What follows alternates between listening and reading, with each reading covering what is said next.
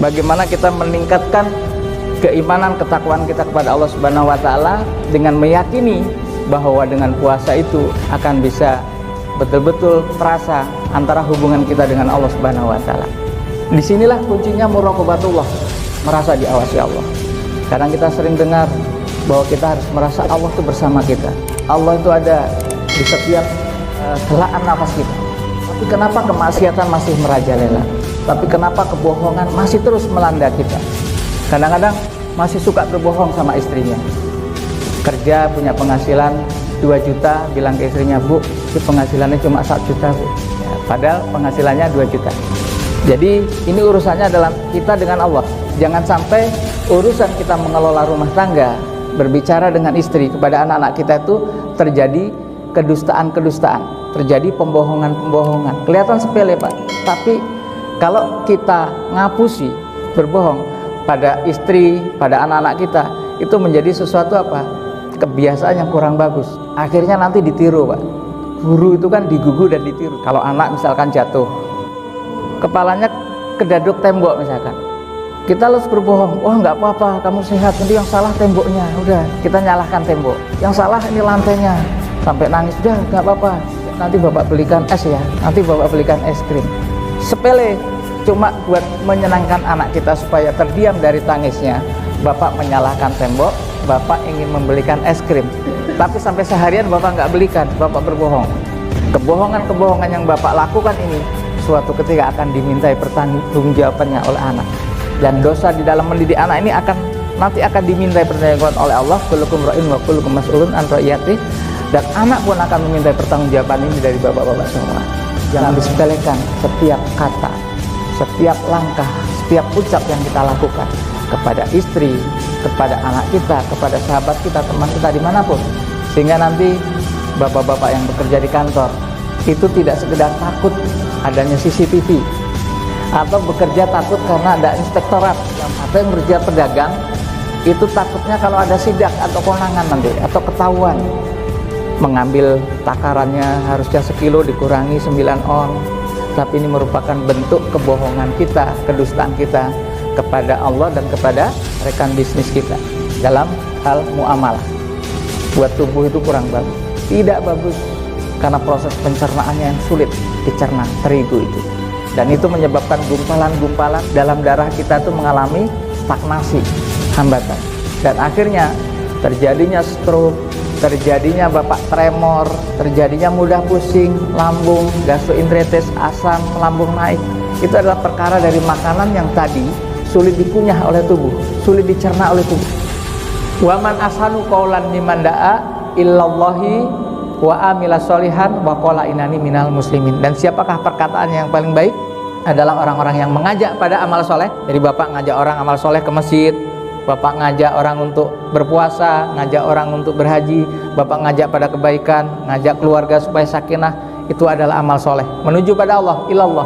Jadi jangan segan-segan untuk mengajak kebaikan kepada orang, jangan segan-segan mengajak orang untuk beramal soleh. Labbaik Allahumma labbaik, labbaik la syarika laka labbaik, innal hamda wan ni'mata laka wal mulk la syarika lak.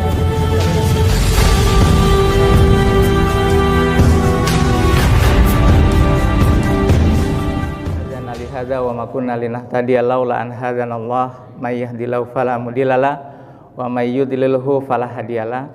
Asyhadu an la ilaha illallah wahdahu la syarikalah wa asyhadu anna Muhammadan abduhu wa rasuluhu la nabiyya ba'dah.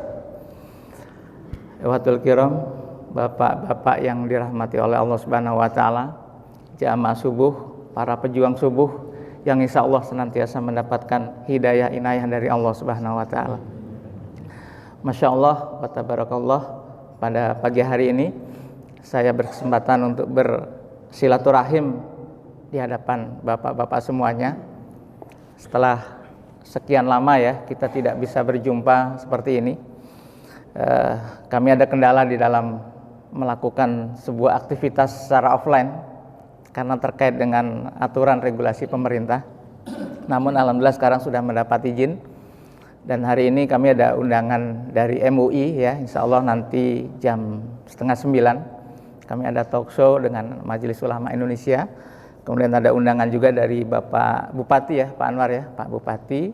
Kami ada nanti talk show juga. Kemudian malamnya kami ada acara juga, insya Allah tablik akbar ya Pak Anwar nanti ya. Nanti malam tablik akbar di masjid, saya lupa namanya ya, insya Allah nanti malam kita ada acara di masjid apa gitu ya, saya lupa.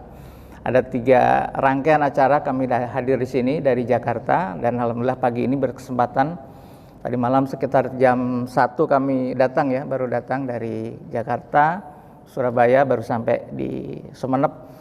Alhamdulillah jam 1, dan sekarang bisa bertemu dengan bapak-bapak semuanya insya Allah.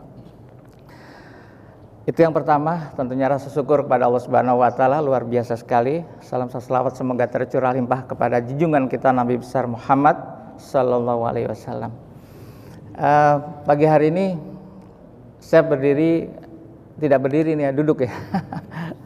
Kalau orang Jawa bilang ora pantas ya berdiri di hadapan para asatid, para alim ulama. Jadi saya ingin menyampaikan sedikit pengalaman, sedikit apa yang pernah saya pelajari kepada hadirin semua. Bukan berarti saya menggurui atau mengajari panjenengan semua untuk bagaimana mempersiapkan Ramadan ini, tapi kita hanya berbagi, sharing ya, terkait dengan bagaimana kita mempersiapkan, bagaimana kita mendapatkan puasa itu menjadi sesuatu yang bernilai lebih nantinya. Jadi jangan seperti apa ya, kalau orang Jawa bilang tuh delujur apa adanya. Poso ya datang, puasa sudah. Pokoknya poso, besok sahur kita jalankan puasa, nggak makan, selesai. Tapi mari coba kita pelajari apa yang menjadi sebuah hikmah dari sebuah aktivitas yang akan kita lakukan. Jadi manakala kita menyadari bahwa kita nggak apa-apa, ini bagian tim untuk memasangnya, saya sendiri kurang begitu paham, tapi kita akan terus berbicara, diskusi ya, tentang bagaimana kita manakala saat Allah Subhanahu wa taala menghendaki bahwa kita umat Islam itu menjadi umat yang terbaik. Ya, kuntum khairu ummat ukhrijat linnas ta'muruna bil ma'ruf wa tanhauna 'anil munkar. Ketika Allah Subhanahu wa taala itu menghendaki bahwa umat Islam itu harus menjadi pemimpin, khalifatu fil ard, bahwa umat Islam itu harus menjadi pemimpin di muka bumi ini, harus menjadi pemimpin bagi umat yang lainnya. Kita ini dilahirkan adalah menjadi orang yang sebaik-baiknya umat. Lalu manakala Allah Subhanahu wa taala menghendaki kita sebagai umat Islam menjadi saksi bagi seluruh manusia, dan manakala ketika Allah Subhanahu wa taala menghendaki bahwa umat Islam ini adalah menjadi panutan yang nantinya di masyarakat kita ini menjadi qudwah hasanah, menjadi model, profil, menjadi role model bagi sebuah kebaikan, maka disinilah pentingnya arti sebuah ketakwaan kepada Allah Subhanahu wa taala. Di sini baru saya akan masuk, bapak-bapak semua, terkait dengan perintah Allah di dalam Al-Qur'an bahwa ya ayyuhalladzina amanu kutiba alaikumusiyam kama kutiba alal ladzina min qablikum la'allakum tattaqun.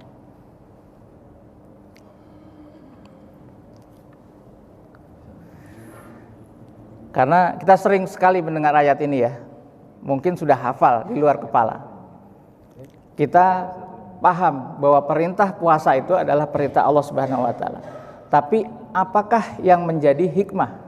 Nah, bapak-bapak semua, saya hanya nanti sampai jam berapa ya Pak ya, jam 6 ya, maksimal jam 6 insya Allah. Karena emang kami harus persiapan, prepare, nanti jam 8 harus berangkat. Maka insya Allah jam 6 kita cukup ya. Hanya ada 4 yang akan saya bicarakan di sini. Bapak-bapak bisa dicatat kalau ada yang mau mencatat. Tapi mungkin diingat-ingat juga gampang sekali. Kuncinya ada 4 aja. Bagaimana kita mempersiapkan puasa ini. Yang pertama, bahwa puasa itu mempunyai hikmah kuwatur ruhi, yaitu apa? Meningkatkan, mengokohkan lagi ruhiyah kita. Yang kedua, bahwa dengan puasa ini hikmahnya apa? Adalah meningkatkan kuwatul jasadiyah, meningkatkan kesehatan kita. Loh kok bisa? Puasa kok bisa meningkatkan kesehatan? Kan puasa nggak makan seharian. Nanti kita coba bicara, kita diskusikan apa dasarnya, apa filosofinya bahwa puasa itu bisa kuwatul jasadiyah, meningkatkan kesehatan kita. Yang ketiga, puasa itu kuwatul maliyah. Puasa itu bisa meningkatkan mal kita, meningkatkan harta kita, meningkatkan kesejahteraan kita. Ya, ada satu lagi, tadi kuwatul ruhi, kuwatul jasadiyah, kuwatul maliyah. Yang keempat adalah kuwatul ijtimaiyah, yaitu meningkatkan peran-peran sosial kita di masyarakat. Oke, 4 ini kalau kita bahas nanti bisa seharian, Pak. Tapi kita singkat-singkat saja. Mengapa bahwa puasa itu mempunyai hikmah kuwatul ruhi? Ya.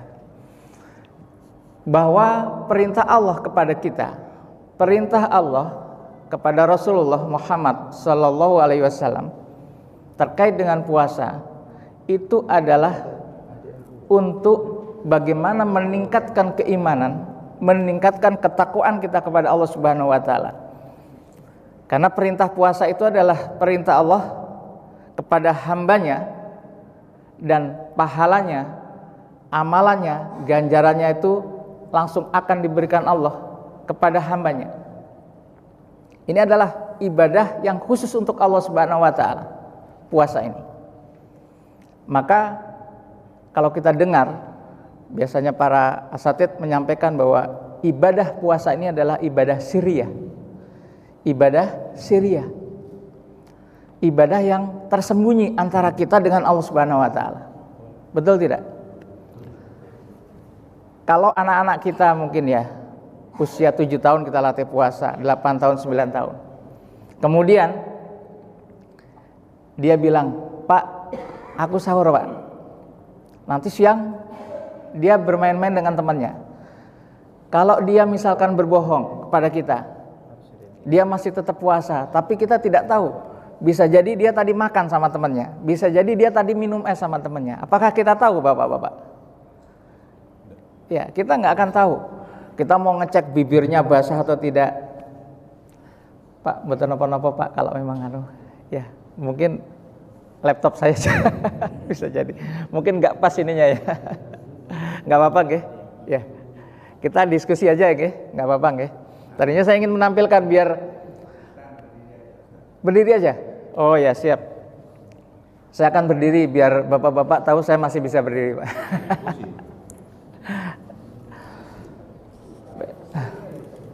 Nggak apa-apa ya. Tadinya saya pengen sambil duduk-duduk aja gitu. Bahwa apa yang sudah kita inginkan, apa yang sudah kita harapkan, bahwa puasa ini adalah merupakan bagian dari ibadah kita kepada Allah Subhanahu wa taala, ibadah sirriyah, itu menjadi apa? Kuwatul ma'nawiyah, menjadi kekuatan keimanan kita kepada Allah. Nah, inilah bukti bahwa Allah ingin menguji hambanya, bahwa ini adalah bentuk ujian dari Allah kepada hambanya. Puasa itu sifatnya al-habsu, jadi merupakan sesuatu yang bersifat ujian, mihnah. Kalau kita meyakini bahwa Allah Subhanahu wa taala itu ada, bahwa Allah Subhanahu wa taala itu ada di dekat kita, maka selalu akan tergambar dalam mindset kita muraqabatullah, Allah tuh mengawasi kita. Kalau capek. Oh ya, matur nuwun, Pak. Nggih. Nggih, siap.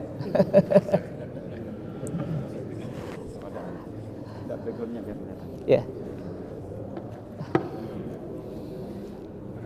Sampai mana nggih Bapak-bapak tadi ya? Sampai kuwatul ruhi ya. Bagaimana kita meningkatkan keimanan, ketakwaan kita kepada Allah Subhanahu wa taala dengan meyakini bahwa dengan puasa itu akan bisa betul-betul terasa antara hubungan kita dengan Allah Subhanahu wa taala. Disinilah kuncinya muraqabatullah. Kadang kita sering dengar muraqabatullah, merasa diawasi Allah. Kadang kita sering dengar bahwa kita harus merasa Allah itu bersama kita. Allah itu ada di setiap helaan nafas kita. Tapi kenapa kemaksiatan masih merajalela? Tapi kenapa kebohongan masih terus melanda kita? Mengapa? Bukan kita lah ya. Insya Allah di sini nggak ada ya. Itu di sana bapak-bapak yang lain saya ceritakan ya. Kadang-kadang masih suka berbohong sama istrinya. Misalkan ada penghasilannya, kerja punya penghasilan 2 juta, bilang ke istrinya, "Bu, ini penghasilannya cuma 1 juta bu." Ya, padahal penghasilannya 2 juta. Atau dia punya uang 500 ribu, "Bu, ibu bapak cuma punya uang 300 ribu. Sisanya di mana?" Deleke, uang lanang katanya. Uang lanang, betul Pak? Ada uang lanang, uang lelaki. Uang laki-laki Pak ya. Monggo itu terserah urusan manajemen. Nanti kita bicara juga tentang bagaimana manajemen keuangan, bagaimana kita memanage secara maliyah. Jadi ini urusannya adalah kita dengan Allah. Jangan sampai urusan kita mengelola rumah tangga, berbicara dengan istri kepada anak-anak kita itu terjadi kedustaan-kedustaan, terjadi pembohongan-pembohongan. Kelihatan sepele Pak, tapi kalau kita ngapusi itu bahasa Maduranya sama ya, ngapusi itu berbohong, ya, berbohong pada istri, pada anak-anak kita, itu menjadi sesuatu apa? Kebiasaan yang kurang bagus. Akhirnya nanti ditiru Pak. Guru itu kan digugu dan ditiru. Kalau anak misalkan jatuh, ya, ada yang masih punya anak-anak kecil ya, umur 6 tahun, 7 tahun ya, 4 tahun, masih Pak ya. Terjatuh, kepalanya kedaduk tembok misalkan. Kita harus berbohong, "Wah nggak apa-apa, kamu sehat, ini yang salah temboknya." Udah, kita nyalahkan tembok. Yang salah ini lantainya, sampai nangis. Udah nggak apa-apa. Nanti bapak belikan es ya, nanti bapak belikan es krim. Sepele, cuma buat menyenangkan anak kita supaya terdiam dari tangisnya. Bapak menyalahkan tembok, bapak ingin membelikan es krim. Tapi sampai seharian bapak nggak belikan, bapak berbohong. Kebohongan-kebohongan yang bapak lakukan ini suatu ketika akan dimintai pertanggungjawabannya oleh anak. Inilah yang disebut dengan dosa di dalam hal mendidik anak. Dan dosa di dalam mendidik anak ini nanti akan dimintai pertanggungjawaban oleh Allah, kullukum ra'in wa kullukum mas'ulun an ra'iyati, dan anak pun akan memintai pertanggungjawaban ini dari bapak-bapak semua. Saat mereka mulai besar, saat mereka mulai dewasa akan meminta pertanggungjawaban ini kepada bapak. Yakinlah. Karena saya juga ngalami, saya minta pertanggungjawaban bapak saya, dan anak-anak saya juga minta pertanggungjawaban kepada saya. Apa yang sudah Bapak Abi dulu katakan sekarang terbukti. Nah, bapak-bapak yang dirahmati Allah, ini yang pertama, kuwatul ma'nawiyah muraqabatullah. Ini penting sekali. Sehingga kalau kita yakini bahwa ini adalah ibadah sirriyah yang hanya antara kita dan Allah Subhanahu wa taala, maka tolong jangan disepelekan setiap kata, setiap langkah, setiap ucap yang kita lakukan kepada istri, kepada anak kita, kepada sahabat kita, teman kita dimanapun. Sehingga nanti bapak-bapak yang bekerja di kantor itu tidak sekedar takut adanya CCTV. Bekerja kok takutnya karena CCTV. Atau bekerja takut karena ada inspektorat, yang sebagai pegawai negeri atau apapun takutnya karena ada inspektorat. Atau yang bekerja pedagang itu takutnya kalau ada sidak atau konangan nanti, atau ketahuan mengambil takarannya harusnya 1 kilo dikurangi 9 on, harusnya jualan bawang sekilo itu harga berapa gitu dikurangi 3 atau 4 siung gitu ya, bawangnya, bawang putihnya. Ya walaupun cuma 3-4 siung Bapak Ibu, tapi ini merupakan bentuk kebohongan kita, kedustaan kita kepada Allah dan kepada rekan bisnis kita dalam hal muamalah. Oke, ini baru terkait dengan kuwatul ruhiyah. Dan nanti akan berkembang lagi bagaimana kita memahami bahwa konsep di dalam pemaknaan terkait dengan ibadah maknawiyah ini akan mempengaruhi semua lini kehidupan kita. Nah ini kenapa di dalam Al-Quran itu disebutkan di dalam Quran surat Al-Baqarah ayat 183 ya. Ya ayyuhalladzina amanu kutiba alaikumusiyam kama kutiba alal ladzina min qablikum la'allakum tattaqun. Agar kalian tuh menjadi orang bertakwa. Bertakwa yang sungguh-sungguh, bukan sekedar qaul bilisan, bukan sekedar hafal ayatnya, di luar kepala hafal, tapi pemanaannya, tapi implementasinya di dalam kehidupan berumah tangga kita sama sekali tidak melaksanakan. Lah kenyataannya sama anak sering bohong. Nanti kalau nanti hari Sabtu libur, ayo jalan-jalan. Ternyata begitu tiba wancine, tiba saatnya hari Sabtu bukannya jalan-jalan, tapi apa? Malah kerja bakti sama tetangga misalkan. Wah ini harus kerja bakti. Walaupun sama-sama penting, sama anak penting, sama keluarga penting, sama tetangga penting. Tapi jangan sampai hal ini dibentur-benturkan hanya untuk membenarkan apa yang kita inginkan. Paham gak? Ini terkait dengan kuwatul ma'nawiyah. Kemudian yang kedua adalah kuwatul jasadiyah. Ya. Kalau kita sering dengar di mana Rasulullah bersabda, kulu wasrobu wala tusrifu. Janganlah makan minumlah kalian dan janganlah berlebihan. Ternyata makna dari hadis ini luar biasa sekali Bapak Ibu. Kalau kita yang mengerti tentang arti sebuah kesehatan, pola makan yang telah diajarkan Rasulullah itu adalah pola makan yang di sini ada yang dari kesehatan. Kalau Bapak Ibu meyakini bahwa makan minum itu adalah mengenyangkan, akan mensehatkan kita, maka tentu tidak ada aturan dari Rasul kepada kita terkait dengan ini. Kulu wasrobu wala tusrifu, tapi jangan berlebihan. Dan disuruh makan yang halal dan thayyib. Halal dan thayyib. Tidak hanya sekedar halal, tapi thayyib. Thayyib itu dalam pengertian apa?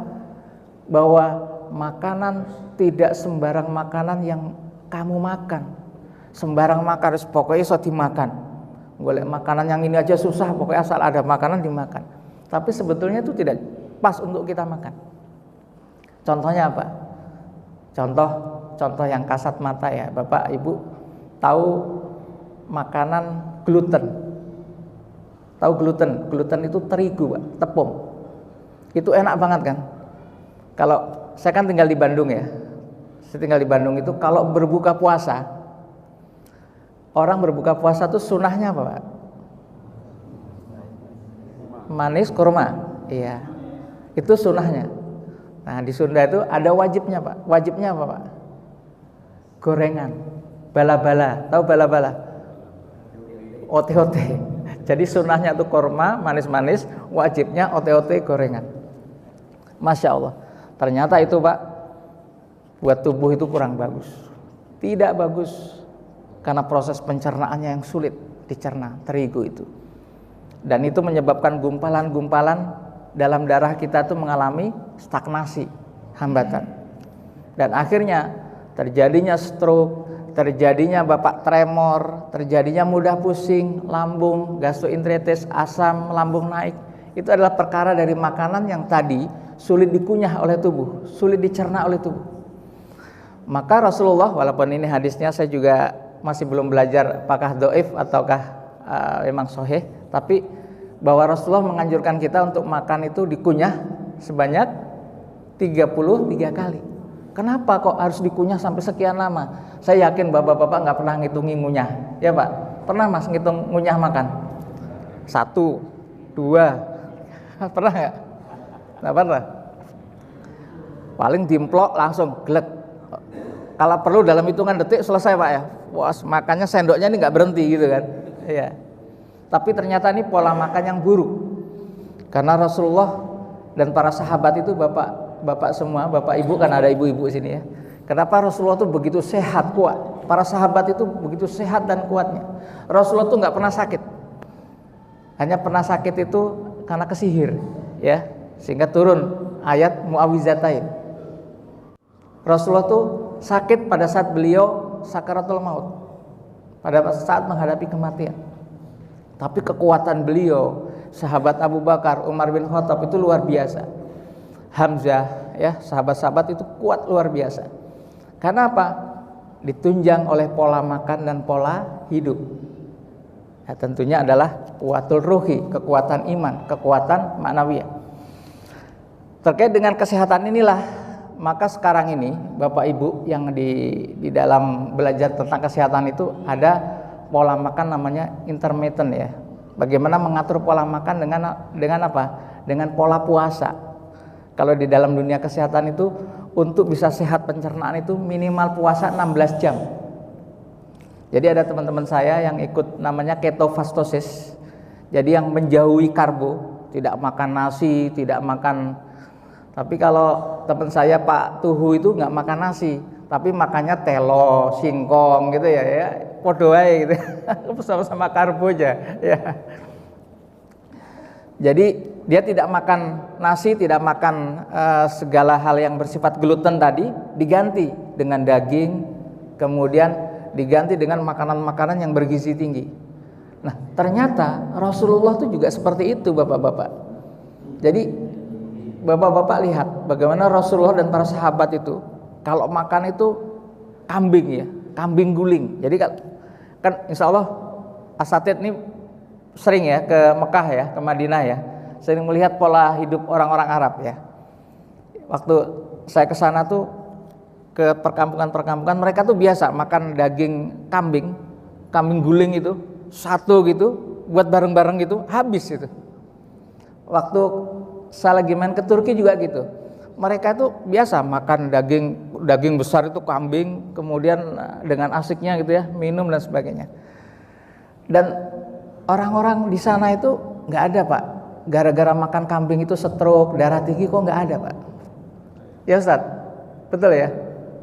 Kok nggak langsung kena stroke atau apa? Kenapa? Karena mereka tahu polanya, pola makannya tahu, bagaimana mengcombine antara daging kambing dengan apa gitu ya, dengan daun ini, dengan daun itu, daun jeruk dan sebagainya. Ini ada kombinasi makanan yang diolah sehingga apa? Bisa menetralisir kadar lemak, kadar kolesterol yang tinggi seperti itu. Kemudian mereka puasa. Sahabat ditekankan oleh Rasulullah untuk terus, bahkan pada saat perang pun para sahabat tidak meninggalkan puasa. Bahkan perang yang sangat terkenal, perang Badar pun dilakukan pada saat bulan puasa. Betul ya? Jadi puasa ini tidak menghalangi aktivitas kita di dalam melakukan aktivitas kita sehari-hari, bahkan untuk berjihad fisabilillah, untuk melakukan pekerjaan. Jadi berjihad itu jangan diartikan perang.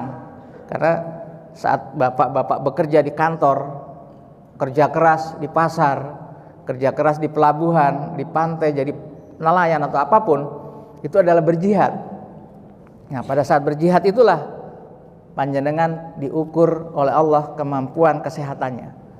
Apakah semakin sehat atau semakin loyo? Nah, ini kuwatul jasadiyah.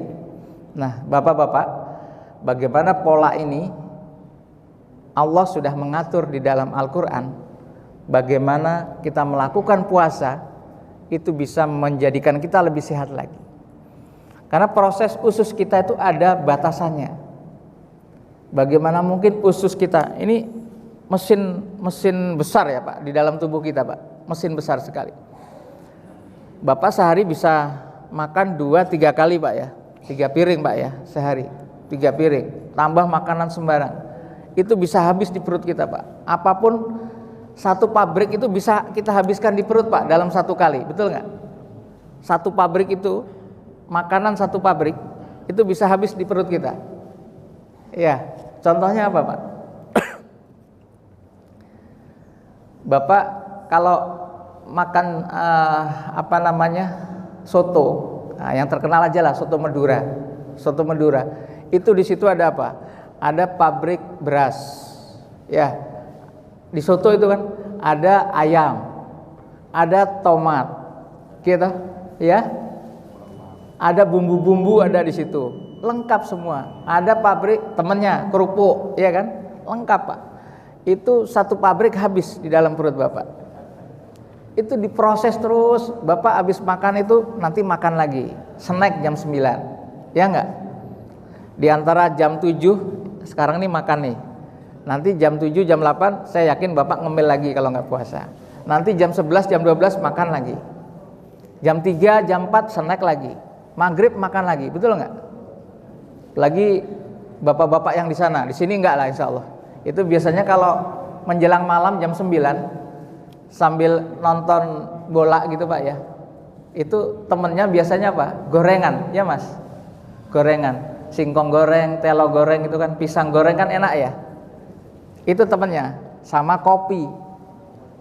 Nah, proses inilah metabolisme tubuh kita kalau tidak diatur dengan puasa Bapak Ibu, maka bapak-bapak akan apa? Tergerus ususnya. Usus terus mengunyah. Kalau ini usus itu ada kadarnya dalam mengunyah, ada kapasitasnya. Kalau digenjot terus bapak-bapak, maka apa terjadi? Bahwa usus kita itu akan luka. Kalau usus kita sudah luka, apa yang terjadi? Mulai datang gastroenteritis, asam lambung. Kemudian yang kedua, bisa jadi bapak-bapak akan mengalami mah, ya, tipes. Kalau yang parah lagi GERD, ya, GERD itu mah yang sangat kronis. Sampai kalau sampean dilanda sakit ini sampai jengking-jengking, Pak. Ada yang pernah sakit GERD itu? Perut kayak dikerus-kerus, Pak. Ya, perut dikerus-kerus, rasanya sakit sekali. Di kepala muyer-muyer, Pak. Jadi jangan dianggap kalau kepala pusing itu yang sakit kepalanya. Harus dicari prima causanya. Wong yang sakit itu sebetulnya asam lambung karena pola makannya nggak sehat, yang disalahkan kepalanya. Minum obat sakit kepala, minum obat sakit kepala terus, minum obat pereda nyeri kepala. Akhirnya bapak-bapak, ibu-ibu, tolong dimaklumi, kalau ginjal itu nggak akan tahan terhadap obat-obat kimia yang begitu terus digempur dalam tubuh kita. Ada batasannya. Maka muncul setelah sakit kepala, Bapak, setelah sakit perut, muncul besoknya sakit apa? Gagal ginjal, ya toh? Setelah gagal ginjal, operasi. Setelah operasi harus cuci darah, terus bergulir penyakit. Tapi kadang-kadang kita tidak mau beribroh pada sakit ini. Sakit itu sudah urusannya Gusti Allah, wes ben-bene. Makanan ini adalah rezeki Allah, ya tak pangan. Tapi tidak mau kita belajar bagaimana mengatur pola makan sehat.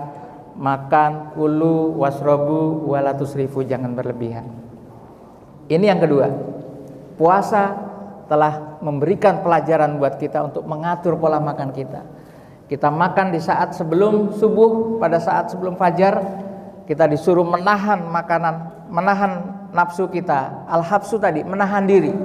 Bahasa sungguhnya puasa itu menahan diri kita. Menahan dari keinginan-keinginan nafsu duniawi, ya.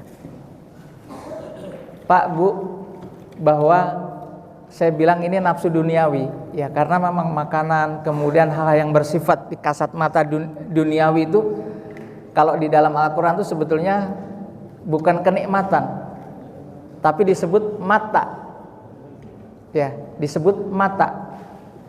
Mata itu adalah sesuatu yang bersifat kalau dalam kaidah fikih itu yang bersifat fata morgana, jadi tidak bisa langgeng. Jadi contohnya gini, Bapak punya istri, saat ini usia mungkin sekitar 40 ya Pak ya, 35 ya, masih cantik. Ibu-ibu punya suami, suaminya usia 40 gitu Bu ya, 45, masih ganteng. Tapi 15-20 tahun lagi istri Bapak akan usianya 55-60. Kira-kira berubah nggak secara fisik? Ya, dulu mungkin masih nun sewu, Afan ya. Dulu mungkin masih cantik, jelita ya. Mungkin bapak-bapak yang dulu menikahi istrinya karena kecantikannya, begitu usianya sudah 60, kalau sering lihat-lihat foto Pak, lihat foto, wah Bu, kamu dulu langsing sekali, cantik ya. Sekarang kok bentukmu kayak tong. Nambah lagi. Ya, kalau dulu, tapi di sini enggak ya, insya Allah di sini enggak. Ini yang di sana Pak, di luar Madura. Itu kalau pasangan kita, istri kita, waktu pengantin baru itu jalan, kemudian kesandung, itu kita langsung megangi Pak, megangi, kita pegang. Aduh istriku tersayang, apa yang sakit? Langsung kita pegang. Aduh maafkan abang ya, maafkan mas gitu ya. Dengan kata-kata yang penuh rayuan agar dia tidak menangis atau dia tidak tersakiti. Betul? Begitu kan dulu? Tapi kalau sekarang ini nggak di sini. Kalau sekarang lagi di jalan istrinya jatuh. Apa yang diucapkan? Bukannya aduh istriku, tapi apa yang diucapkan? Nek melaku ki matanya dilihat. Lihat itu di jalan, jangan disandung-sandung gitu. Itu enggak, di sini enggak insyaallah. Sama. Atau ibu-ibunya. Kalau dulu ibunya ngelihat suaminya masih gagah, muda gitu ya, masih sterek gitu, sispek badannya. Tapi setelah sekarang usianya 60, 65 udah badannya gember-gember, udah enggak kuat dan sebagainya, istrinya masih sehat. Karena Pak Bu, istri itu, perempuan itu kekuatannya bisa 2 kali lipat dari bapak-bapak. Karena yang saya pelajari di kesehatan, saya pernah belajar kursus kesehatan, bahwa liver perempuan itu sebetulnya ada 2. Kalau laki-laki 1, ada uterus namanya. Jadi livernya tuh 2, sehingga kemampuan istri untuk mengolah darah, mengelola sirkulasi tubuh di dalam tubuhnya itu bisa 2 kali lipat dari laki-laki. Sehingga kalau bapak-bapak yang pernah mengalami, yang berkeluarga ya, menghadapi istrinya itu, biasanya istrinya lebih kuat Pak. Ya, kalau bapaknya kadang sudah cepat loyo, ibunya masih lebih kuat. Karena istri itu mempunyai kekuatan yang lebih dari laki-laki Pak. Gitu ya. Jadi bapak-bapak jangan gagah kuat terus pengen rabi lagi, pengen nikah lagi. Ya, kalau diturutin nafsu, istri itu juga gitu, pengen nikah juga. Bapak udah pada tua gitu, saya juga ingin nikah lagi karena istri juga butuh. Nah, inilah al-habsu, bahwa puasa itu menahan nafsu duniawi, nafsu kepada laki-laki ganteng, nafsu kepada perempuan cantik, ditahan dengan puasa Pak, dikendalikan dengan puasa. Itulah kenapa disebut mata. 1 juz pernah Pak Bu ikut tarawih, bacaannya sampai 1 juz. Itu sampai anak saya itu sampai akhirnya putus asa, sampai dia tuh keluar dari barisan. Anak saya waktu itu masih kecil, umur 6-7 tahun, karena bacanya lama sekali. Habis sholat tarawih jam 8, selesainya jam 12 Pak, jam 12 malam, padahal cuma 11 rakaat. Di sini 11 rakaat ya, 11 rakaat. Biasanya jam 8, selesai jam berapa Pak di sini? Gerakan berdiri, ruku, sujud ya, berdiri lagi, i'tidal, kemudian sujud lagi, terus. Bahkan Rasulullah tuh bisa sholat itu sampai berjam-jam, berdiri, kemudian sampai kakinya bengkak. Pernah tarawih Bapak Ibu yang 1 malam itu membaca Al-Quran itu sampai jam 8 ya. Nah, saya pernah ikut di Bandung, itu namanya Masjid Habibur Rahman di PTDI, dulu masjidnya Pak Habibie ya. Di sana itu kalau ada yang pernah ke Masjid Nur Tanio namanya, Masjid Habibur Rahman. Itu kalau tarawih habis Isya selesainya minimal jam 12. Terus tiap bulan Pak. Jadi khatam Quran. Jadi berapa kali khatam tarawihnya itu? Masya Allah. Itu kaki itu kalau udah habis sholat tuh Pak gempor Pak, capek semua. Nah, kalau kita nggak punya fisik yang kuat, apakah kita bisa melakukan ibadah-ibadah seperti ini Pak?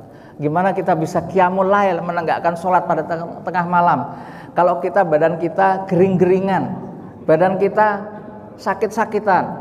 Bagaimana kita bisa tilawah Pak, menghabiskan membaca Al-Quran dalam sebulan itu khatam Al-Quran? Kalau kita baru membaca Al-Quran gitu udah aduh perpet tuh mata nggak kelihatan, pusing Pak, aduh pusing, pakai kacamata pusing, nggak pakai kacamata nggak kelihatan. Alah sepatunya alasan, saya bilang alasan nggak mau baca Quran ya. Ditarget 1 hari 1 juz, alasan terus Pak.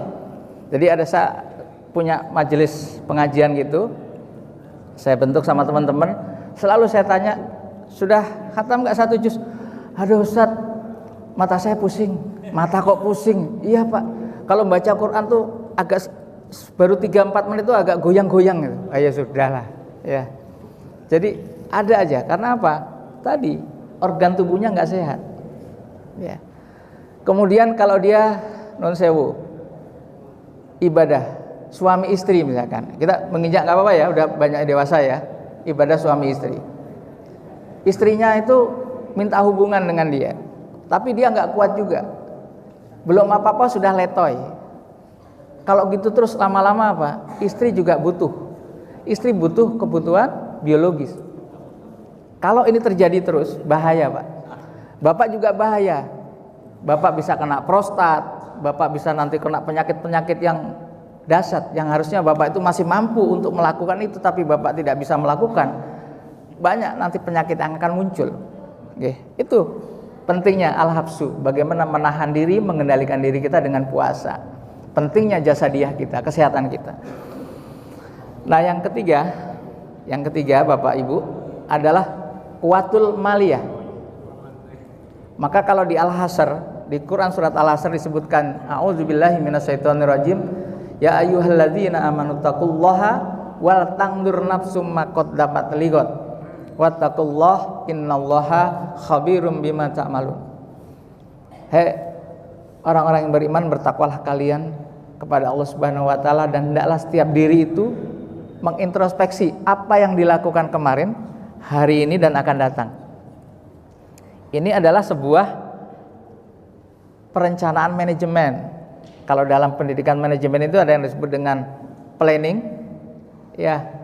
Terus ada yang disebut dengan apa lagi? Actuating, kemudian organizing dan controlling. Ini manajemen yang dikeluarkan oleh ahli-ahli manajemen, baik oleh teori-teori barat ya, baik Philip Kotler, kemudian Adam Smith dan sebagainya. Ini sebetulnya meniru di Al-Qur'an.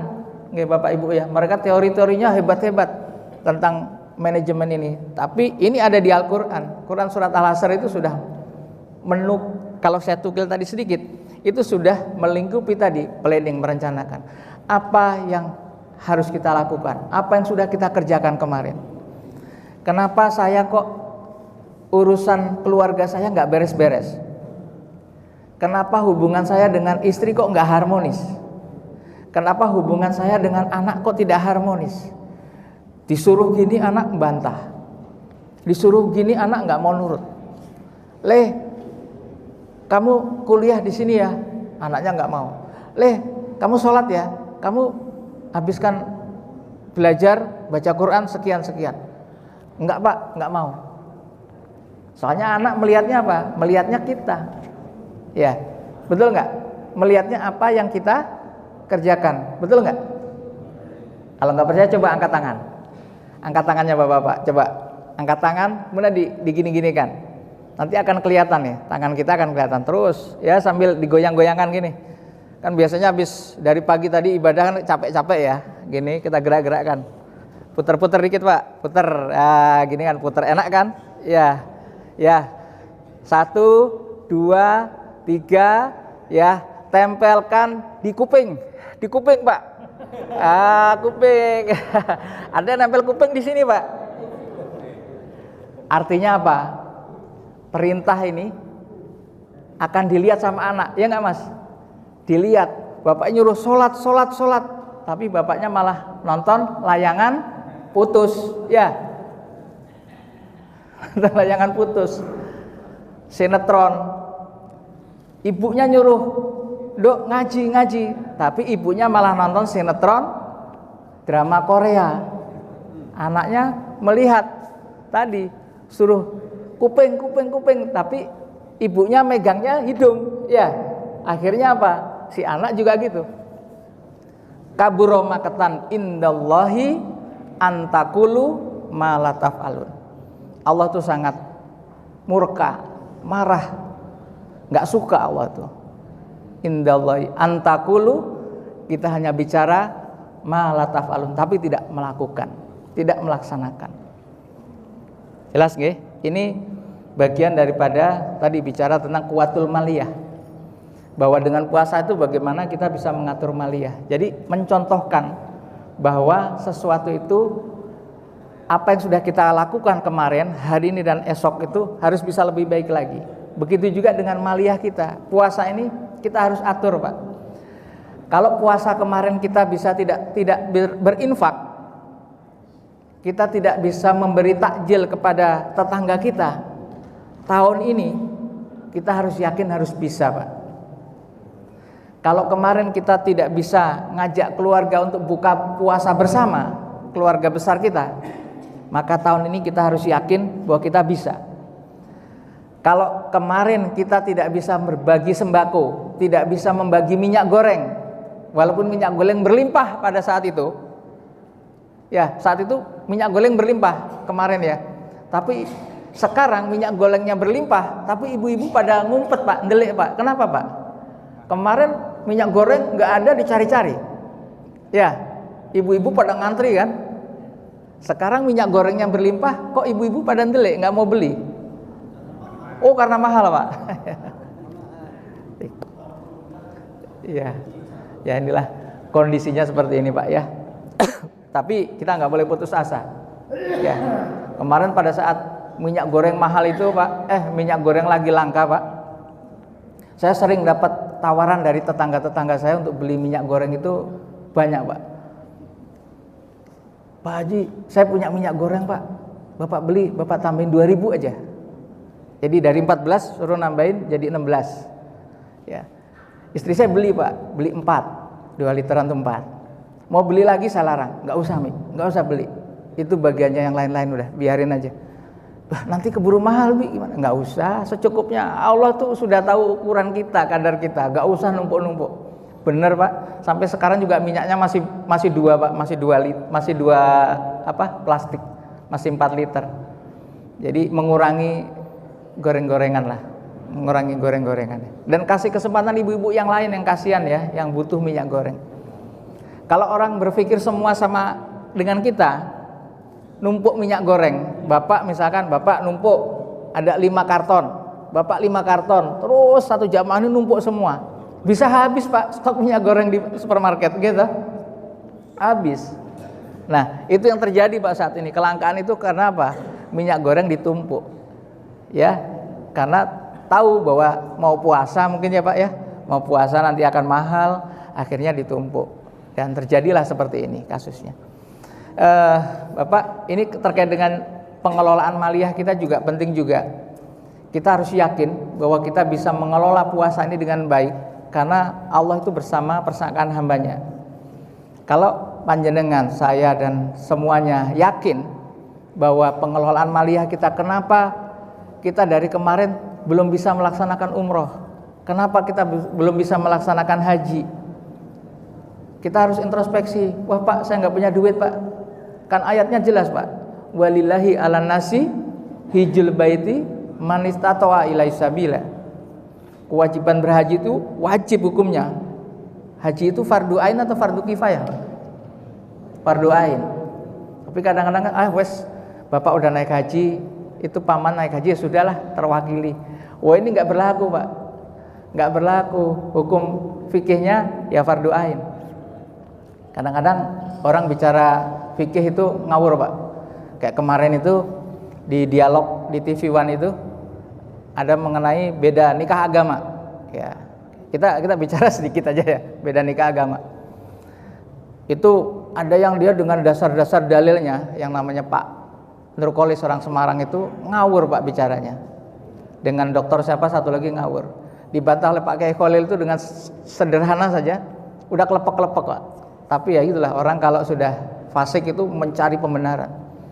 Dia ngambil kaidah fikihnya itu, padahal kaidah fikih tentang al-aslu fil muamalati al-ibahah, bahwa setiap hal yang bersifat muamalah itu adalah boleh, itu terkait dengan muamalah. Sesuatu hal itu boleh, illa dalilan tahriman, kecuali yang diharamkan. Jadi Bapak kalau bermuamalah itu boleh apa saja, kecuali ada dalil yang mengharamkan. Ya, itu kalau muamalah. Tapi kalau bab ibadah itu kebalikannya. Ya, Pak. Bab ibadah, masalah nikah, sholat, ya itu adalah ibadah. Jadi kalau sholat, nggak boleh melakukan sholat itu sembarangan. Wah, pokoknya aku sholat sembarangan, nggak boleh, ada aturannya. Ya, jadi ibadah itu haram dilakukan kecuali dibolehkan, betul? Nah, nggak boleh sembarang dilakukan, bisa bid'ah kan gitu. Begitu juga bab nikah. nikah itu dia bisa jadi jatuh kepada yang haram. Contohnya beda nikah agama. Jadi jangan menjadikan kaidah fikih al-aslu fil muamalati al-ibahah. Nikah itu adalah sesuatu yang boleh kecuali ada yang mengharamkan. Udah jelas jatuhnya bahwa nikah itu adalah haram kecuali ada yang menghalalkan. Gitu ya. Ini hal yang lucu. Jadi tidak memahami tentang kaidah fikih, tapi bicara tentang fikih. Nah, begitu juga terkaitannya dengan tadi yang saya bilang mengenai haji. Haji itu adalah sesuatu yang bersifat fardu ain, wajib. Udkhulu fi silmi kafah. Masuklah kalian ke dalam Islam itu secara kafah, totalitas. Masuk. Dan Islam itu dibangun atas 5 perkara. Ya, perkara syahadat, sholat, puasa, zakat, haji. Jadi kalau bapak-bapak, ibu-ibu belum melaksanakan salah satu dari rukun Islam ini, kira-kira Islamnya sempurna nggak? Belum. Jadi belum dikatakan Islam. Kesempurnaannya harus 5. Karena disebutkan bahwa al-Islam itu dibangun atas 5 perkara. Kalau satunya belum dilaksanakan, belum sempurna. Loh Pak, kan saya tidak mampu. Ayatnya kan man istata'a ilaihi sabila. Kemampuan itu bukan urusan masalah materi, tapi kemampuan itu adalah mengenai azam. Ya, kalau bapak-bapak ada yang pernah bapak umroh haji Pak berapa kali Pak? Bapak lihat di sana orang-orang dari Pakistan, orang Nigeria, orang dari India itu kalau pergi haji, bapak lihat mereka nggak pakai koper-koper kayak kita hebat tuh. Pakai apa Pak? Karung Pak ya. Karung dibuntel ya, bawa. Kadang nggak pakai sendal ya Pak, jalan. Masya Allah. Mereka tidur nggak di hotel kayak bapak-bapak, hotel di bintang 4, bintang 5. Mereka tidurnya di mana Pak? Tahu Pak? Di jalan, di pinggir-pinggir Pak. Backpacker Pak mereka. Masya Allah. Demi untuk melaksanakan rukun Islam yang kelima, haji. Kata mereka, jiwa saya, harta saya, semua apa yang saya miliki akan saya serahkan untuk Allah Subhanahu wa taala. Ternyata saya buka di Quran surat As-Saff itu betul Pak. Ya ayyuhalladzina amanu hal adullukum ala tijaratin tunjikum min azabin alim. Kata Allah, hai orang yang beriman, maukah kalian aku tunjukkan perniagaan yang bisa membebaskan kalian dari azab yang pedih? Apa itu? Tu'minuna billahi wa rasulihi wa tujahiduna fisabilillahi bi amwalikum wa anfusikum dzalikum khairul lakum in kuntum ta'lamun. Apa itu yang bisa membebaskan dari azab yang pedih? Kata Allah, berimanlah kalian pada Allah dan Rasulnya. Tu'minuna billahi wa rasulihi dan wa tujahiduna fisabilillah. Bersungguh-sungguhlah kalian di jalan Allah fisabilillahi bi amwalikum dengan harta kalian wa anfusikum dengan jiwa kalian. Dzalikum khairul lakum in kuntum ta'lamun. Bapak-bapak dan ibu-ibu yang dimuliakan Allah, ini kadang saya sendiri malu manakala melihat saudara-saudara kita yang luar biasa, suami istri hanya pakai karung, mungkin karung juga nggak beli ya Pak ya, itu pakai bekas itu ya, gandum itu ya, untuk pakaian. Mereka tidur pinggir dan makannya tuh dari itu, kalau dibuka toko, dibuka yang halal-halal itu ya, halal-halal itu ngantri Pak. Saya pernah ikut juga ngantri. Ternyata itu bagi-bagi roti ya, bagi roti, bagi makanan. Jadi mereka makannya dari situ Pak. Dan di Arab itu sangat sering waktu ibadah umroh dan haji itu orang bagi-bagi seperti itu. Saya kalau pergi bawa tas itu sering penuh Pak. Karena saya nggak minta, tahu tas saya haji kasih itu penuh makanan di tas itu. Jadi mereka tidak takut kelaparan, mereka tidak takut kekurangan, karena yakin bahwa Allah akan mencukupkan. Maka itu Allah itu tidak memanggil orang-orang yang mampu, nggak nunggu sampean sawahnya laku. Karena banyak orang yang punya sawah juga sampai sekarang belum bisa pergi haji.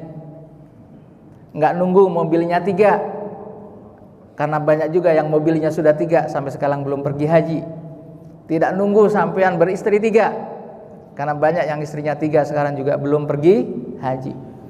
Jadi Agar kita bisa pergi haji apa? Harus ada azam, kuatul azam, kekuatan azam, kesungguhan. Azam itu kesungguhan. Jadi niat, ya. Kalau kita datang ke masjid nih, Bapak misalkan mau datang ke masjid, niat kan? Sudah niat Pak, dari rumah niat mau ke sini. Tapi kalau cuma niat kok, kira-kira bisa sampai gak ke Masjid Darussalam ini? Cuma niat, bismillah saya berniat, nawaitu, pengen masjid sholat jamaah subuh di Masjid Darussalam. Nanti ada tausiah dari Jakarta, saya pengen hadir, saya pengen hadir, saya pengen hadir, gitu dok. Kira-kira bisa sampai gak Pak? Nggak bisa, cuma niat dok. Udah pahala Pak, tapi nggak sampai-sampai. Karena kalau di dalam kitab tentang niat itu, Imam Nawawi itu ada kaidahnya, qasdul syai' muqtarona bi fi'lihi, bahwa niat itu qasdul syai' harus sesuatu maksud, muqtarona bi fi'lihi harus diiringi dengan langkah perbuatan. Jadi kalau Bapak pengen ke masjid, langkahnya apa, perbuatannya? Harus sehat dulu Pak. Ya sehat, kesini sehat. Bapak nggak bisa bangun lemes ya nggak bisa kesini. Bapak kena COVID lemes gitu ya nggak bisa kesini. Ya, maka harus sehat. Nah sehat itulah kuncinya. Setelah itu Bapak melangkahkan kaki. Jadi qasdul syai' muqtaron itu kita harus bangun Pak. Bangun dari tempat duduk kita, kemudian kita langkahkan kaki kita. Kita melangkah. Itu muqtarona bi fi'lihi. Gitu juga kalau Bapak ingin pergi haji, pengen daftar haji, pengen umroh, ya harus mulai sekarang sudah dipikirkan. Mau puasa harus dipikirkan. Inilah puasa membangkitkan lagi kuwatul maliyah kita, membangkitkan semangat untuk mengatur ekonomi kita. Dan umat Islam itu luar biasa Pak. Kalau puasa itu jor-joran. Jor-joran itu apa Pak ya? Habis-habisan Pak ya? Ya pokoknya berlebihan. Ya, berlebihan. Pengen beramal, berinfak itu luar biasa umat Islam itu kalau pas puasa ini. Nah, di samping itu Bapak Ibu coba niatkan, azamkan Bapak Ibu untuk bisa daftar haji sebelum kematian menjemput kita. Eman-eman Pak, kita sudah soleh, sering ke masjid, kita sudah puasa, keluarga kita sakinah mawaddah warahmah ya. Tapi nanti di pintu surga sampai ketahan misalkan, ya masya Allah, nauzubillah min zalik ya. Tapi ditahan oleh Allah, ditahan oleh malaikat. Maaf, Anda nggak layak masuk pintu surga karena belum pergi haji, belum mencium Ka'bah, belum menginjakkan kaki ke tanah suci, ke tanah para nabi. Padahal perintahnya sudah jelas, ya walillahi ala nasi hijjul baiti man istata'a ilaihi sabila. Jangan di stop sampai di sini karena ayatnya ada kelanjutannya. Faman kafara fa innallaha ghaniyun 'anil alamin. Barang siapa yang kufur ya, mengkufuri ayat ini, mengkufuri perintah Allah untuk berhaji, fa innallaha ghaniyun 'anil alamin. Sesungguhnya Allah tuh maha kaya dengan seluruh pencipta. Jadi istilahnya bahasanya tuh satir ya. Allah tuh maha kaya, enggak butuh kalian. Enggak butuh kita. Allah tuh maha kaya. Jadi yang butuh Allah tuh kita. Maka ayo, orang Pakistan ya, orang dari Uzbekistan, orang dari negeri seberang, saya tanya ke sini naik apa? Pernah Pak yang umroh? Pernah nanya nggak? Naik apa mereka? Ke Mekah Mukarramah. Mereka tuh nebeng itu Pak, nebeng mobil bak itu yang apa? Truk-truk itu ya. Mereka nebeng. Saya juga pernah Pak nebeng itu bayar 1 real. Jadi karena jauh ngejar sholat jamaah, saya lompat itu Pak. Saya lompat sama teman-teman 1 real. Itu di bak terbuka itu. Ternyata banyak orang-orang dari saudara-saudara kita di India, Pakistan tuh yang juga suka naik itu. Jadi mereka itu naik dump truck itu dari negaranya itu sekitar 6-7 hari perjalanan sampai di Mekah Mukarramah. Masya Allah. Bayangkan Pak, kayak gitu. Masih ada ya. Kita alhamdulillah. Maka itu ayo dari sekarang Bapak Ibu, di sini ada Pak Anwar Hidayat itu kepala cabang Pegadaian Syariah Sumeneb, yang itu bisa membantu, memfasilitasi Bapak Ibu untuk bisa segera daftar haji. Minimal kita itu daftar dulu lah Pak. Pak sekarang kan nggak ada berangkat haji Pak. Masalah daftar itu, niat, azam itu urusan kita dengan Allah, betul? Masalah berangkat urusan siapa? Allah, Pak. Bukan urusan kita. Serahkan pada Allah. Faiza azamta fatawakal ala Allah. Setelah kita berikhtiar, serahkan pada Allah. Kita belum berikhtiar apa-apa, belum nyoba, belum nabung, kita belum melakukan tindakan tadi qasdul syai' muqtarana bi fi'li. Kita udah bilang, Pak, nggak ada haji, Pak. Kenapa? Covid. Pak, nggak ada haji, Pak. Uang hajinya dimakan untuk membangun jalan itu, Pak. Sembarang. Itu omongan-omongan yang kita nggak punya dasar. Pokoknya asal dengar ngomong sampaikan. Hoak-hoak itu kita sampaikan. Akhirnya apa? Hidup kita penuh dengan apa? Pesimis. Hidup kita penuh dengan hoak. Hidup kita penuh dengan tipu daya akhirnya. Jadi akhirnya apa? Tidak ada rasa optimis untuk pergi haji. Ya, jadi masalah haji umroh itu adalah urusan Allah Subhanahu wa taala. Walaupun pemerintah seluruh dunia menghalangi orang untuk pergi haji, tapi kalau Allah sudah berkehendak kemarin, langsung pemerintah Saudi bilang haji dibuka, tidak perlu lagi pakai antigen PCR, betul? Ya sudah nggak ada lagi. Sekarang karantina udah nggak ada lagi. Kalau Allah sudah menghendaki kun fayakun, Pak, sudahlah. Maka itu puasa ini harus bisa menguatkan keimanan kita kepada Allah. Dan tentunya yang kedua tadi kuatul jasadiyah, bisa mensehatkan kita. Yang ketiga kuatul maliyah, tentunya kita harus lebih bisa mengelola keuangan kita, Pak. Boleh kita berinfak, boleh bersedekah, tapi ingat, Pak, bahwa kita juga butuh untuk bisa melengkapi rukun Islam yang kelima, yaitu haji. Rencanakan dari sekarang, rencanakan haji dari sekarang. Jangan sampai Bapak nanti kecewa di kemudian hari. Bapak kecewa. Nanti saat Bapak sudah sepuh, sudah tua, Pak, haji itu ibadah fisik, Pak. Tawaf 7 kali putaran ya, Pak ya. Habis tawaf Bapak tahu sa'i, Pak? Sa'i dari Bukit Marwah ke Sofa itu, Sofa ke Marwah bolak-balik. Itu ada yang Bapak harus berlari-lari kecil. Bayangkan kalau Bapak udah punya penyakit jantung, dipasang ring. Tahu Pak ring, Pak? Ada yang pernah di ring nggak? Banyak. Masya Allah, na'udzubillah ya. Itu teman saya sampai gandeng, Pak, sampai keringetan saya. Karena apa? Dia dipasang ring nggak bisa. Kalau kita yang sehat kan pada saat Sofa Marwah itu sambil lari-lari enak, Pak ya. Sambil berdoa kan enak gini. Tapi dia yang jantung udah gini, Pak, megap-megap. Apalagi teman saya yang pernah kena gejala stroke, Pak. Udah kecapean, pikirannya masih mikir dunia terus kan. Waduh, tokoku tak tinggal. Ibadah gini gimana? Aduh, penghasilan berkurang. Nanti pulang bayar utang. Wis pikirannya kearu-karuan. Sehingga waktu sa'i itu bukannya semangat, malah jalannya letoy, Pak. Jadi jalannya sambil tangannya gemeter gitaran. Stroke itu gitaran itu kan, tangannya gemeter. Jalannya udah gini. Gini terus, Pak. Ini berapa lama? 7 kali putaran nggak selesai-selesai, Pak. Kita udah nunggu sampai lama, dia nggak datang-datang. Akhirnya pakai kursi roda. Sedih, Pak, melihatnya. Ya, akhirnya dia pun sedih. Sama istrinya dia cerita, ya Allah, kenapa dulu waktu muda kita nggak sempatkan ini? Kenapa setelah tua baru berpikir untuk datang ke sini? Tapi semua sudah terjadi. Nah inilah, Pak, mumpung belum terjadi, mumpung Bapak masih muda ya, saya yakin Bapak-bapak masih muda, Pak ya, Bapak masih muda. Usia paling masih di bawah 60, Pak ya, 50 paling ya. 45, Pak ya, 45 ya. Ya. Harus optimis, Pak, harus bisa. Nah, yang keempat, Pak, di terakhir saya penutup kuatul ijtimaiyah. Jadi ibadah puasa itu harus bisa menambah kekuatan kita untuk menjadi lebih peka sosial kepada masyarakat. Jangan ibadah puasa itu menjadikan kita lebih individualistik. Urusan karpe dewe, mikir nanti lebaran, wah ojonnya mikirin tetangga. Jangan lagi mikirin tetangga kiri kanan. Saya mikirin nanti persiapan lebaran aja udah bingung ini. Mau belikan baju istri kemarin minta 5 baju. Anak saya minta 3, belum mertua. Istrinya 3 soalnya ya. Masya Allah. Akhirnya apa? Hidup kita hanya diliputi dengan urusan-urusan dunia semata.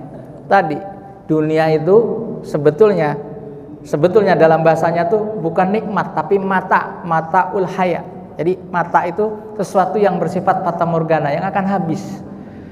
Manakala nanti habis sudah. Tapi kalau nikmat itu sesuatu yang bisa selamanya, abadi. Ya, jadi Bapak Ibu, ayo mumpung masih ada hayat di kandung badan, kita kuatkan lagi 4 hal ini menjelang puasa agar kuatul ruhiyah. Puasa ini meningkatkan keimanan, ketakwaan kita. Kita betul-betul ibadah itu siriyah, rahasia kita hanya kepada Allah. Karena pahalanya akan langsung diantarkan Allah kepada kita. Karena ini adalah ibadah khusus kata Allah. Jadi kalau kita yakin bahwa Allah itu ada, muraqabatullah, maka Allah bersama kita mengawasi kita. Yang kedua adalah kuatul jasadiyah, bahwa dengan puasa ini akan menyehatkan kita. Bapak Ibu, makan minumlah kata Rasulullah, tapi jangan berlebihan. Pola makan yang bagus, kunyah yang lama Pak. Kemudian selingi, jangan makan minum. Kalau minum diselingi Pak, nanti dulu atau minum dulu. Jangan Bapak makan minum. Itu nggak kuat di sini Pak. Ya, harusnya dicerna dulu oleh usus, Bapak kasih air. Pencernaannya instan jadinya. Jadi kalau dalam teori kesehatan yang saya pelajari itu, kalau mau makan dulu. Kasih jarak baru minum. Atau minum dulu baru makan, ya. Kemudian dalam hal kesehatan juga sesuai dengan sunnah Rasulullah. Kalau bapak-bapak ada yang belajar ilmu tibun nabawi ya, tentang pola makan, ada Dr. Zaidul Akbar itu mengatur pola makan dengan baik itu adalah mengikuti pola sindrom tubuh kita.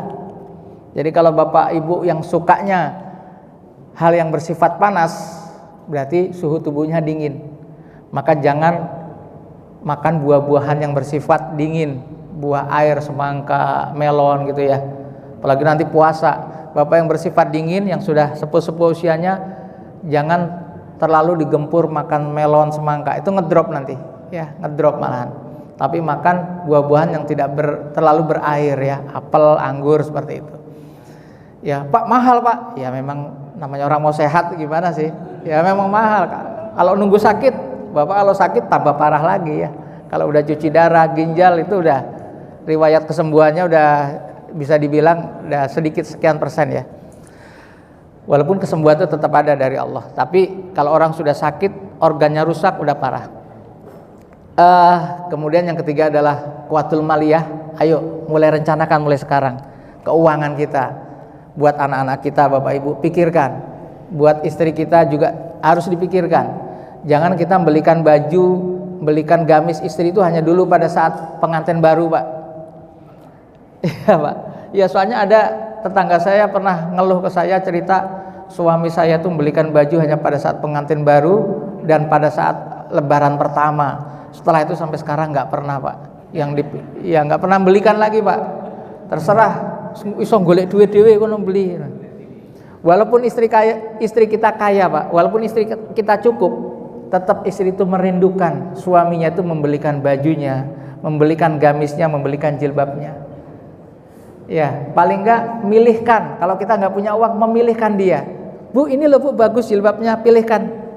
Kan ibu punya uang kemarin, ibu bayarkan ya. Enggak apa-apa. Kalau memang kita betul-betul enggak punya uang seperti itu, sampaikan. Udah seneng Pak istri.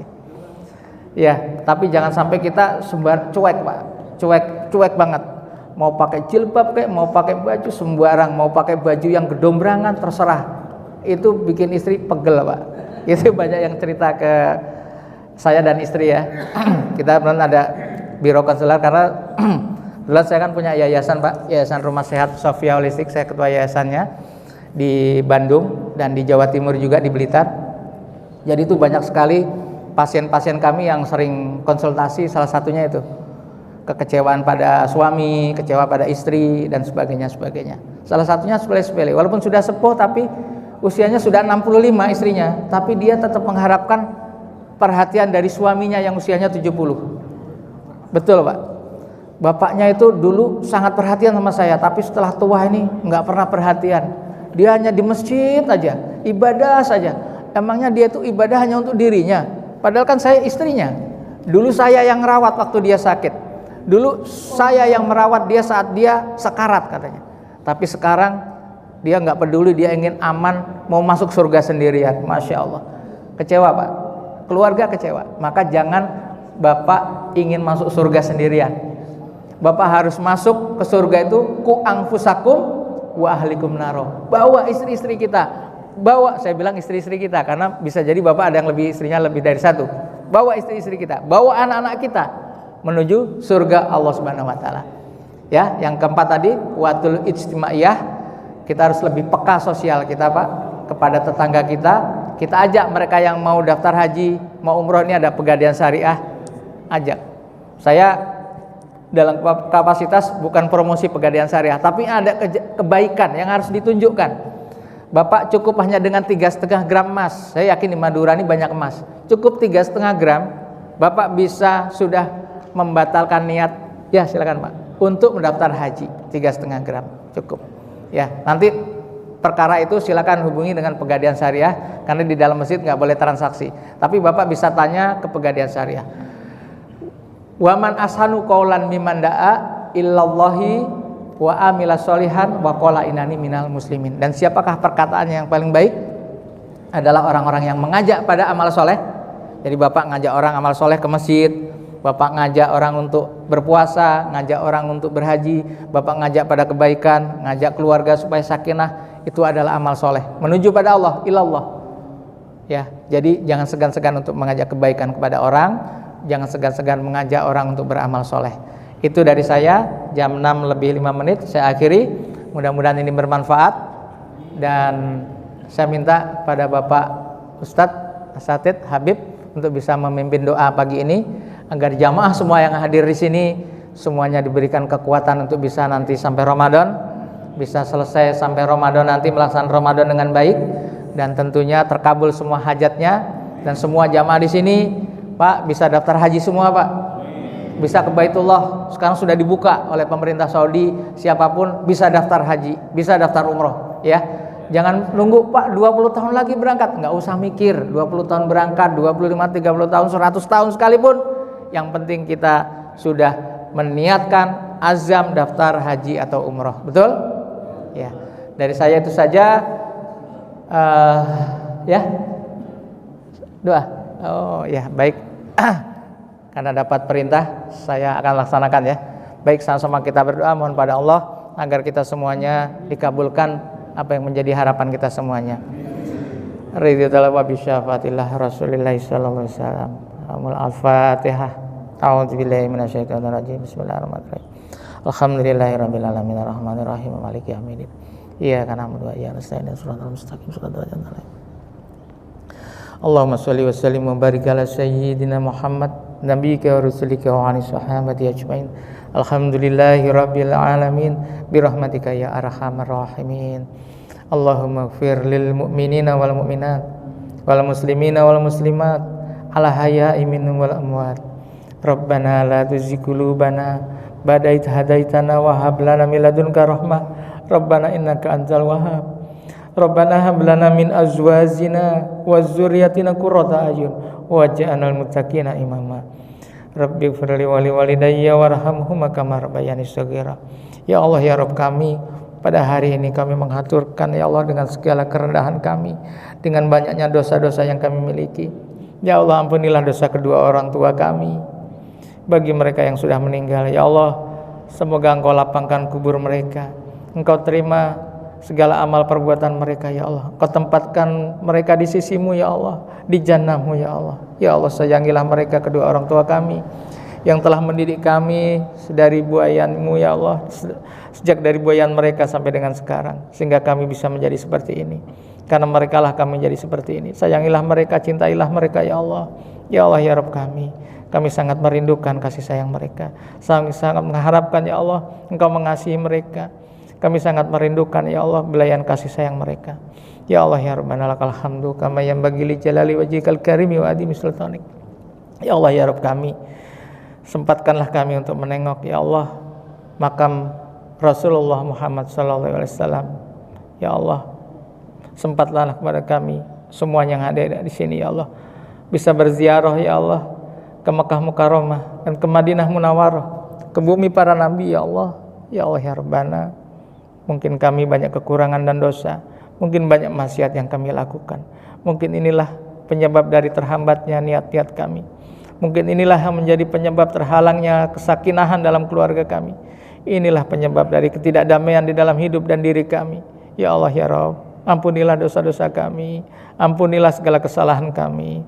Astaghfirullahaladzim, astaghfirullahaladzim, astaghfirullahaladzim. Ya Allah, kami mohon ampun atas segala dosa-dosa kami, khilaf kami. Sempatlah kami bisa untuk mencapai Ramadan nanti ya Allah. Bisakanlah kami untuk senantiasa bisa beribadah khusyuk pada Engkau bersama keluarga kami, agar kami bisa membawa istri dan anak-anak kami ke dalam jannah-Mu, bisa membawa mereka ke surga-Mu. Ya Allah, bisakanlah kami untuk bisa menata hidup kami lebih baik lagi daripada kemarin. Bisakanlah agar kami senantiasa bisa merawat keluarga kami, orang tua kami, istri dan anak-anak kami menjadi lebih baik dari yang kemarin, agar senantiasa Engkau jaga, rawat lagi ya Allah keluarga kami, umat Islam ini ya Allah, untuk bisa menjadi lebih ukhuwah lagi, bisa membangun negeri ini, bisa menjadi baldatun thayyibatun wa rabbun ghafur. Dan berikanlah ya Allah kesejahteraan buat bangsa ini, masyarakat ini, agar tidak lagi ada kekurangan, tidak ada lagi percecokan di antara kami, semuanya berjalan dengan amin, damai, tentram, sejahtera. Ya Allah ya Rabb, berikanlah kepada kami perlindungan, keamanan, jauhkanlah dari segala penyakit ya Allah. Jauhkanlah kami dari segala mara bahaya. Jauhkanlah kami dari segala tipu daya manusia yang ingin mencelakai kami, mencelakai umat Islam. Jagalah para ulama, para ustadz yang telah menjadi tokoh-tokoh, baik yang ada di keliling kami, ada di sekitar kami maupun di negeri ini. Engkau jaga dari tipu daya mereka yang ingin mencederai umat Islam ini, yang ingin memecah belah umat Islam ini ya Allah. Kokohkanlah keislaman kami, kuatkanlah iman kami ya Allah. Rabbana la tu'akhizna in nasina aw akhtana. Rabbana wa la tahmil alaina isran kama hamaltahu 'alal ladzina min qablina. Rabbana wa la tuhammilna ma la taqata lana bih wa'fu 'anna waghfir lana warhamna anta maulana fansurna 'alal qaumil kafirin. Allahumma innaka ta'lamu anna hadhil qulub qad istamat 'ala mahabbatik wa la taqat 'ala ta'atik wa tawahadat 'ala da'watik wa ta'ahadat 'ala nusrati syariatik fa wasikilahumma rabbitataha wa dimuddaha wa dihasubulaha wa amlaha binurikal ladzi la yahbu wa surasudra bi faidil imani bik wa jamil tawakkuli alaik wa ahiha bi marifatik wa amitaha ala syahadati fis sabilik innaka ni'mal maula wa ni'man nasir.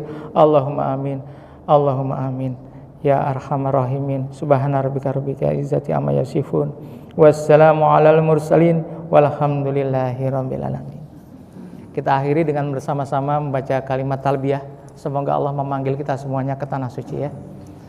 Labbaik Allahumma labbaik, labbaik la syarika laka labbaik, innal hamda wan ni'mata laka wal mulk la syarika lak.